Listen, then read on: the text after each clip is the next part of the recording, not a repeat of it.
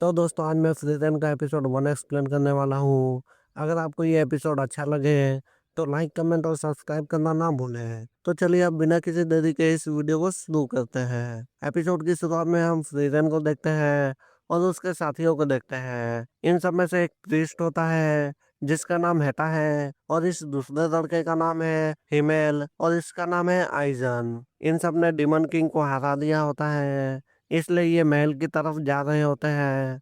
और जैसे ही ये महल पहुंचते हैं राजा इन सब का सम्मान करते हैं और शुक्रिया कहते हैं। तभी सीन शिफ्ट होता है, सभी लोग पार्टी मना रहे होते हैं क्योंकि इन चारों ने डिमन किंग को हरा दिया होता है। तभी हिमेल कहता है, मैंने सुना है कि राजा हम सब की मूर्तियां बनाने वाले हैं। इसमें फ्रीजन कहती है वो एक बुरा इंसान है, उन्होंने हमें इसके लिए बहुत कम पैसे दिए थे। इसमें हेटा कहता है, हाँ पर उन्होंने हमें शराब तो दी है ना, तो हिसाब क्लियर हो गया।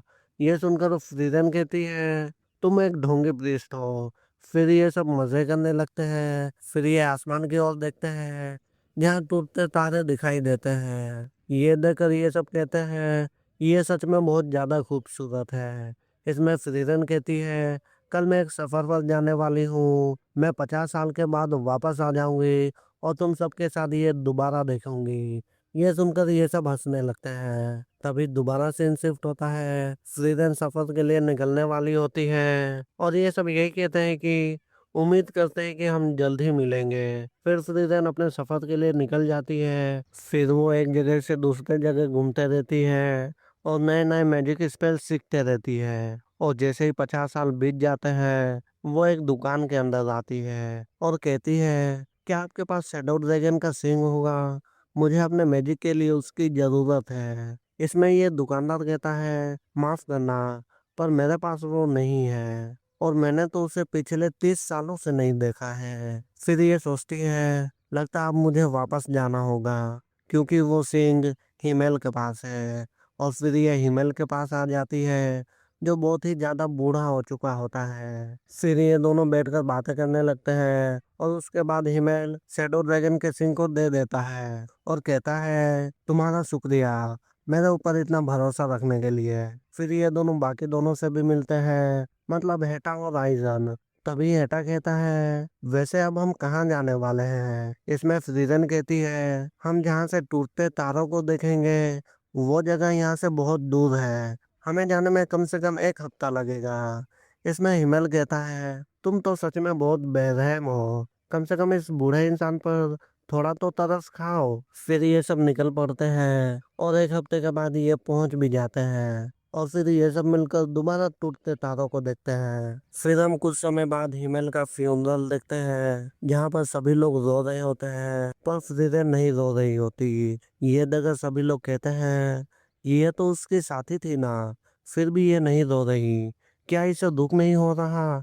आखिर ये किस तरह की साथी थी? ये सुनकर हेटा कहता है, जरा मुझे भी तो देखो, मैं भी नहीं रो रहा हूँ। ये ऐसा इसलिए करता है ताकि फ्रीजन को बुरा ना लगे। फिर हम देखते हैं कि सभी लोग उसे तोप रहे होते हैं। ये देखकर फ्रीजन कहती है, मैं जानती हूँ कि इंसानों की उम्र कम होती है पर अब मुझे अफसोस हो रहा है कि हमने बस 10 साल बिताए और मैंने उसे ज्यादा जानने की कोशिश भी नहीं की। और ये फाइनली रो रही होती है। तभी सीन शिफ्ट होता है, ये सब अपने अपने रास्ते जा रहे होते हैं और प्रिस्ट यही कहता है कि मैं वापस अपने शहर जा रहा हूँ, उम्मीद करता हूँ कि हम दोबारा मिलेंगे। फिर जैसे ही हेटा चले जाता है फ्रीजन एजन से कहती है, क्या तुम मेरे साथ मेरे सफर पर चलोगे? इसमें एजन कहता है, मुझे माफ करना पर अब मैं इस उम्र में और ज्यादा तलवार नहीं चला सकता।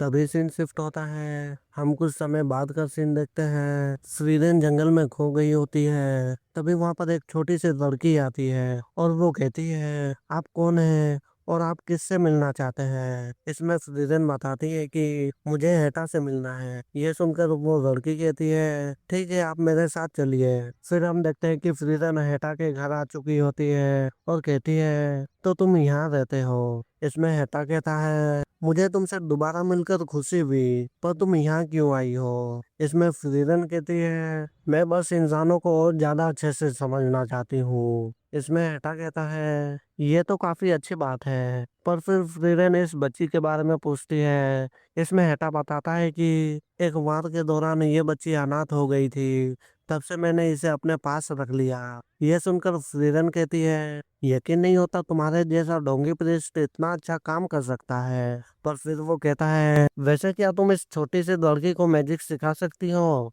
इसमें बहुत ज्यादा काबिलियत है।